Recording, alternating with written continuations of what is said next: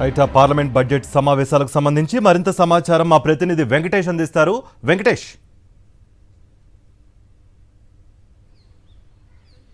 నరేంద్ర మోడీ 2.0 ప్రభుత్వానికి ఇవి చివరి బడ్జెట్ సమావేశాలు. సో మరొక 2 నెలల్లో లోక్సభ ఎన్నికలు జరగబోతున్న నేపథ్యంలో ఈ బడ్జెట్ సమావేశాలు ఈ రోజు నుంచి ప్రారంభం కాబోతున్నాయి. మరో గంటలో రాష్ట్రపతి ద్రౌపది ముర్ము ఉభయ సభలను ఉద్దేశించి ప్రసంగించబోతున్నారు. పార్లమెంట్లో ఉన్నటువంటి లోక్సభ ఛాంబర్లోనే ఈ సమావేశం జరగబోతోంది. లోక్సభ ఛాంబర్లోకి రాజ్యసభ ఎంపీలు కూడా కూర్చోబోతున్నారు. కొత్త పార్లమెంట్లో జరుగుతున్నటువంటి తొలి బడ్జెట్ సమావేశాలు ఇవి. సో 2 సభలను కలిసి లోక్సభలోనే ఈ రోజు ఉద్దేశించి ప్రసంగించబోతున్నారు రాష్ట్రపతి ద్రౌపది ముర్ము. రేపు బడ్జెట్ ను ప్రవేశపెట్టబోతున్నారు ఆర్థిక మంత్రి నిర్మలా సీతారామన్.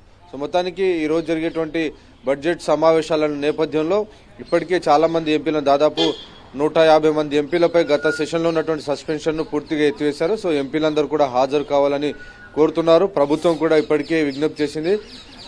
ప్రతిపక్షాలు ఏవైతే అంశాలకు సంబంధించి చర్చకు తాము సిద్ధంగా ఉన్నామని, పార్లమెంట్ సమావేశాలు సజావుగా జరిగేందుకు సహకరించాలని కూడా విజ్ఞప్తి చేశారు. సో పార్లమెంట్ సమావేశాల్లో చాలా కీలకమైనటువంటి ఇది బడ్జెట్ కాబట్టి ఈరోజు బడ్జెట్ సమావేశాలకు సంబంధించినటువంటి నేపథ్యంలో ప్రభుత్వం ఎలాంటి కొత్త పథకాలు ప్రవేశపెట్టబోతుంది అనేటువంటి ఒక ఆసక్తి అయితే దేశమంతా నెలకొంది. ఇప్పటికే కిసాన్ సమ్మాన్ నిధి అనేటువంటి పథకం కేంద్ర ప్రభుత్వం అమలు చేస్తుంది. సో దీన్ని డబుల్ చేయడమా లేదంటే 6,000 ప్రస్తావిస్తున్నటువంటి ఏడాదికి ప్రతి రైతుకు 6,000 కేంద్ర ప్రభుత్వం ఇస్తోంది. సో దాన్ని 12,000 లేదంటే 9,000 పెంచే దిశగా ఒక పథకాన్ని, ఒక ఇంక్రిమెంట్ ను ప్రకటించేటువంటి అవకాశం మనకు కనబడుతుంది. అలాగే వేతన జీవులకు, ఉద్యోగులకు కూడా ఈసారి బడ్జెట్ లో కొన్ని ప్రోత్సాహకాలు ఇచ్చేటువంటి అవకాశం ఉంది, కొంత రిబేట్ కల్పించేటువంటి అవకాశం ఉందనేటువంటి సమాచారం వస్తుంది.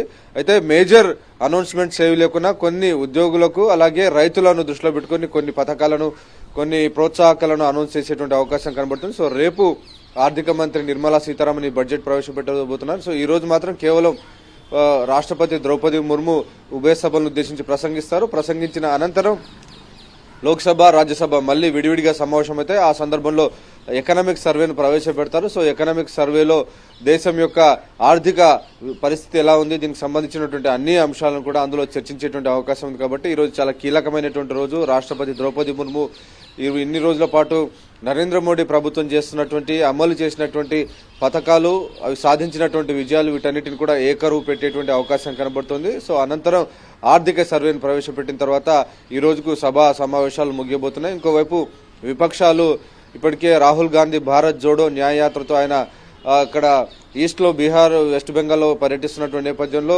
ఆయన ఆ పార్టీ ఎంపీలు ఏ మేరకు హాజరు కాబోతున్నారు, యాత్రపైన దృష్టి కేంద్రీకరించారా, బడ్జెట్ సమావేశాలపైన దృష్టి కేంద్రీకరించారని మనం చూడాల్సి ఉంది. Right Venkatesh, thank you for the update.